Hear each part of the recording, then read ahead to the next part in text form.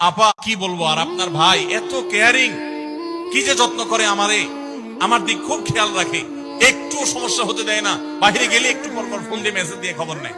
বুঝবেন যে সাক্ষাৎ শয়তান হাজির হয়ে গেছে। এই লোক হয়তো সৎ উদ্দেশ্যে বলছে, কিন্তু শয়তান তাকে দিয়ে বলাচ্ছে আপনাকে অশান্তিতে ফেলার জন্য।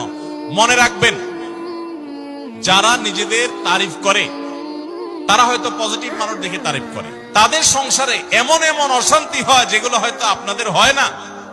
শুধুমাত্র শয়তান ওইগুলো আপনার সামনে হাজির করছে। খবরদার, ওইগুলো দেখে খুব সহজে একে অন্যের প্রতি জাজমেন্ট করতে যাবেন না। তাহলে দাম্পত্য জীবনে সুখ শান্তির জন্য অন্যের সুখের মিথ্যা গল্প শুনতে যাবেন না।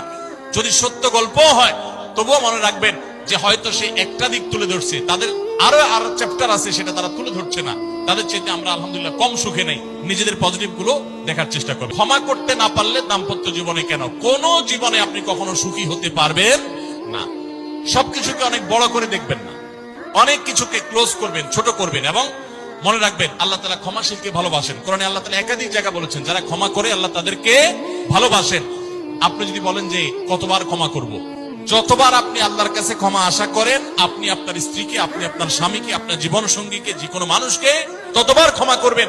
আপনি জীবনে একই পাপ কতবার করেন, আল্লাহ মাফ করবেন আশা করেন না? তাহলে আপনার আল্লাহর বান্দাকে কেন আপনি ক্ষমা করবেন না? বিধায় ক্ষমা করা এটা শিখতে হবে। কখনো কোনো ভুল হয়েছে বুঝতে পারলে পণ্ডিতের আকরের সাথে সাথে ভুল স্বীকার করা জানতে হবে, যে হ্যাঁ এটা আমি ভুল করেছি। হ্যাঁ, এটা স্বীকার করলে সে একটু মাথায় উঠে যাবে, সে একটু লাই পেয়ে যাবে, পাক। কিন্তু এটা একটা ভালো গুণ। পরবর্তীতে এটাকে ব্যালেন্স করতে পারবেন অন্যভাবে। ভুল স্বীকার করবেন।